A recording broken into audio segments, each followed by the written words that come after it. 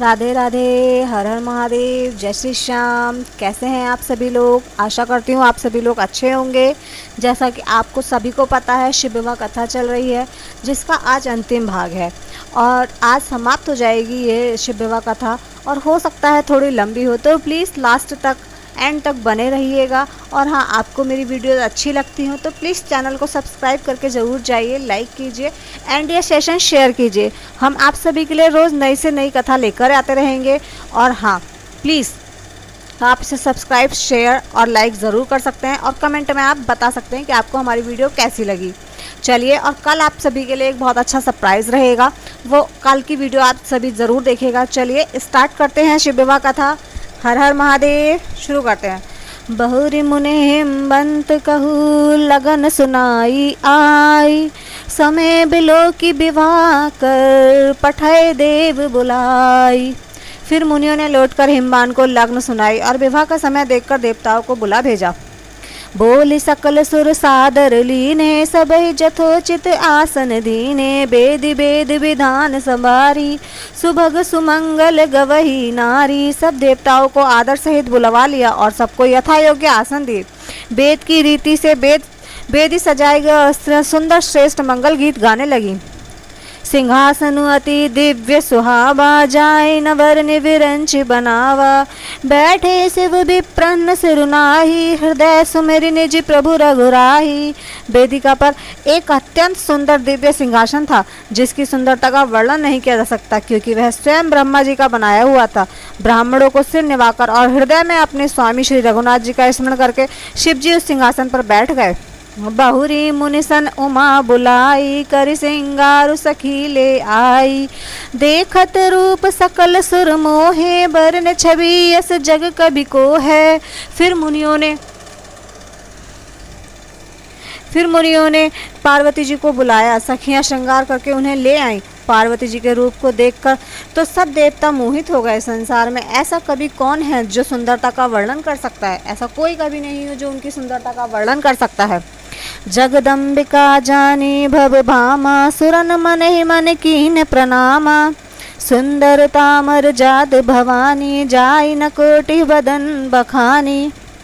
पार्वती जी को जगदम्बा और शिव जी पत्नी समझकर देवताओं ने मन ही मन प्रणाम किया। भवानी जी की सुंदरता सीमा नहीं है, करोड़ों मुखों से भी उनकी शोभा नहीं की जा सकती। कोट ही बदन नहीं बने, बरनत जग जननी शोभा महा। सकुच ही कहत श्रुति शेष, सारद मंद मति तुलसी कहा। छवि बखानी मातु भवानी, गगन मध्य मंडप शिव जहाँ। अवलोकी सकहि न संकुच, पति पद कमल मनु मधुकर तहाँ। जगत जननी पार्वती जी की महान शोभा का वर्णन करोड़ों मुखों से भी करते नहीं बनता। वेद, शेष जी और सरस्वती जी तक उसे कहते हुए सकुचा जाते हैं, तब मंदबुद्धि तुलसी किस गिनती में सुंदरता और शोभा का खान। माता भवानी के मंडप के बीच में जहाँ शिव जी थे वहाँ गई। वह संकोच के मारे पति के चरण कमलों को देख नहीं सकती, परंतु उनका मन रूपी भोरा तो वहीं रसपान कर रहा है। मुनि अनुशासन गणपति ही, पूजे शंभु भवानी। को सुनी संशय करे, जानी सुर अनादि जिय जानी। मुनियों की आज्ञा से शिव जी और पार्वती जी ने गणेश पूजन किया। मन में देवताओं को आनंदित समझकर कोई इस बात को सुनकर शंका ना करे कि गणेश जी तो शिव पार्वती जी की संतान है, अभी विवाह से पूर्व वह कहाँ से आ गए। कोई भी इस चीज़ पर शंका ना करे।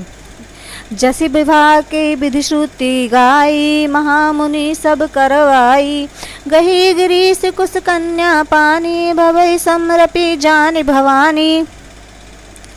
वेदों में विवाह की जैसी रीति कही है, महामुनियों ने वह सभी रीति करवाई। पर्वतराज हिमाचल ने हाथ में कुश लेकर तथा कन्या का हाथ पकड़कर उन्हें भवानी जानकर, शिव पत्नी जानकर शिव जी को समर्पण किया। पानी ग्रहण जब कीन महेशा, हिय हर से तब सकल सुरेशा। वेद मंत्र मुनिवर उच्चरहि, जय जय जय शंकर सुर करहि। जब महेश्वर शिव जी ने पार्वती जी का पाणी ग्रहण किया, तब इंद्रादि सब देवताओं के हृदय में बड़े ही हर्षित हुए। श्रेष्ठ मुनिगण वेद मंत्रों का उच्चारण करने लगे और देवगण शिव जी की जय जयकार करने लगे।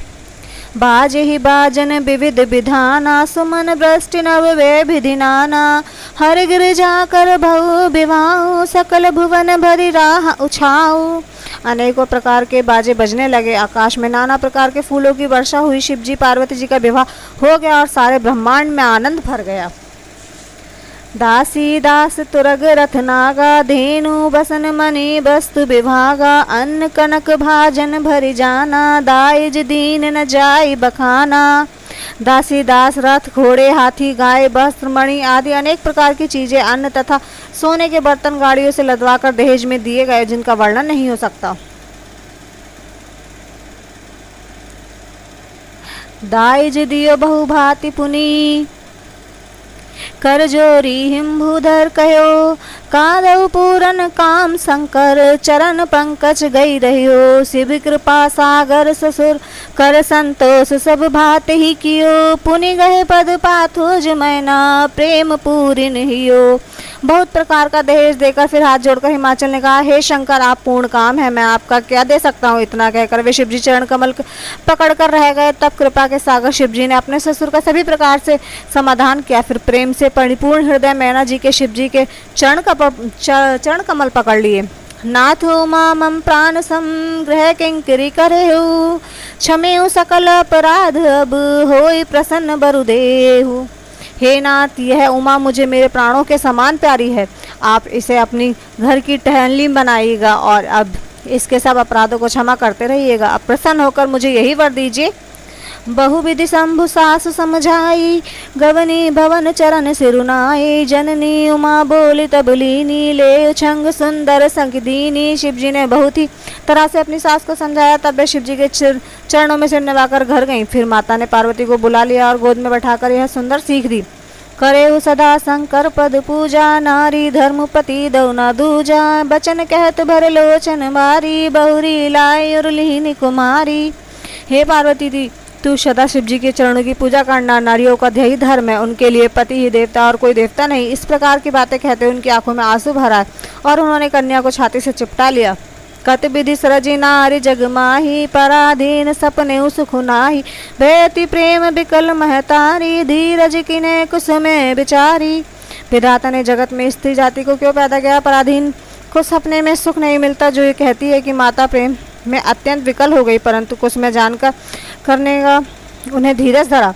पुनि पुनि मिलती परति गही चरना, परम प्रेम कछु जाई न वरना, सब नरनी मिली भेटी भवानी, जाई जननी उरी पुनि लपटानी।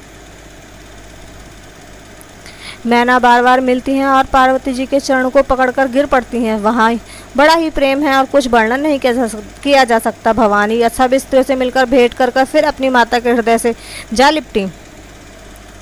जननी ही बहुरी मिली चली, उचित असीस सब काहु दई, फिर बिलोकति मातु तन, तब सखी ले शिव पाही गई। जाचक सकल संतोषी सकुर, उमा सहित भवन चले, सब अमर हर से सुमन, बरस निशान नभ बाजे भले। पार्वती जी माता से मिलकर चली, सब किसी ने उन्हें योग्य आशीर्वाद दिया और पार्वती जी ने फिर कर माता की ओर देखते जाती थी। तब सखियां उन्हें शिव जी के पास ले गई। महादेव जी की सभी याचकों को संतुष्ट कर पार्वती जी के साथ घर कैलाश को चल दिया और सब देवता प्रसन्न होकर फूलों की वर्षा करने लगे और आकाश में सुंदर नगाड़े बजने लगे। चले संग हिमबंतु तब पहुँचवान अति हेतु, विविध भांति पारितोष करी, विधा कीन वृष केतु। तब हिमबान अत्यंत प्रेम से शिवजी को पहुंचाने के लिए साथ चले। वृष केतु ने बहुत सी तरह से उन्हें संतोष कराकर विदा किया। उसके बाद पार्वती जी विदा हुई और वह कैलाश को चली गई। यहीं पर आज की कथा समाप्त होती है और आज ये शिव विवाह कथा समाप्त होती है और इसके बाद भगवान कार्तिकेय का जन्म होता है जो उस राक्षस का वध करते हैं। चलिए, हर हर महादेव। Thanks for watching. आपको हमारी वीडियो अच्छी लगी हो तो प्लीज़ चैनल को सब्सक्राइब कीजिए, लाइक कीजिए एंड शेयर कीजिए। कल आप सभी के लिए एक सरप्राइज़ रहेगा। Okay, bye.